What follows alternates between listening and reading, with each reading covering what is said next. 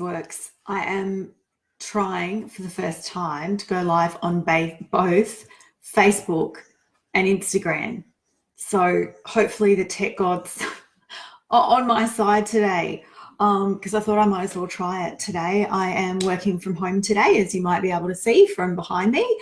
And I thought, why the heck not try this whole Facebook and Instagram live at the same time? Hopefully one day the two might be able to talk to each other and we can just do it from one place.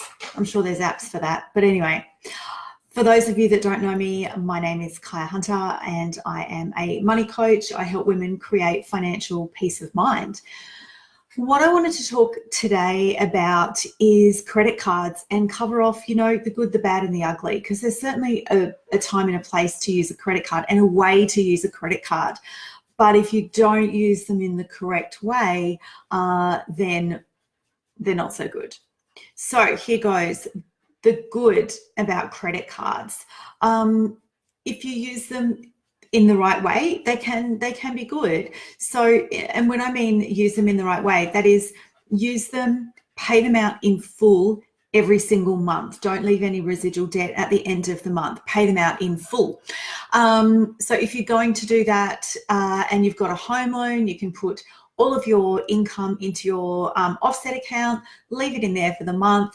And so that's helping you with your home loan interest, and put everything on your credit card. And then at the end of the month, organize a sweep that pays off your credit card in full. So if you're going to use a credit card, that is the way to do it. If you don't do that, then you could end up paying a ton in interest. As an example, if you have a $10,000 credit card and you just make minimum payments on it, you could end up paying $24,000 back on that $10,000 credit card just by making your minimum repayments. And it's going to take you years and years and years to pay that off. So not so great in terms of that. If you have a credit card and you're buying stuff with it that you don't necessarily need, that's not the best way to use it either. So my thinking is, if you can't afford to buy something, just don't buy it, or save up for it.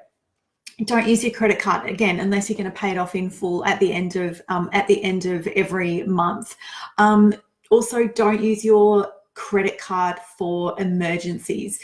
I teach my clients to have an emergency fund for that sort of thing. So if your washing machine goes kaput or your car blows up or whatever it might be, then have savings aside for that sort of thing. So your credit card shouldn't be used as your emergency fund. And a sale at your favorite store, Witchery Country Road, is not an emergency. So use it wisely. So if you're not going to pay it out in full every month, I would suggest that you don't use a credit card.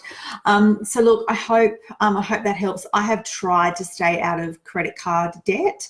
I did find myself in a position a couple of years ago in a relationship where he wasn't so great with money and ended up getting credit cards again, and I didn't like it. They weren't paid out in full. It's ended up costing me so much more than it needed to. And, now I am credit card free again, and vowed to myself that I'll never get a credit card again. I just don't want them. I've got an emergency fund that I use for stuff. So don't get a credit card unless you're going to pay it out in full every month. Don't buy stuff that you can't afford.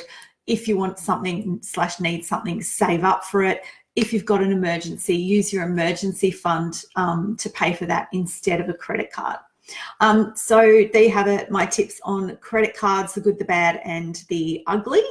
For those of you that don't know and haven't seen already, I do have a 52-week money challenge happening at the moment, and I know lots of people have signed up for it, which is awesome.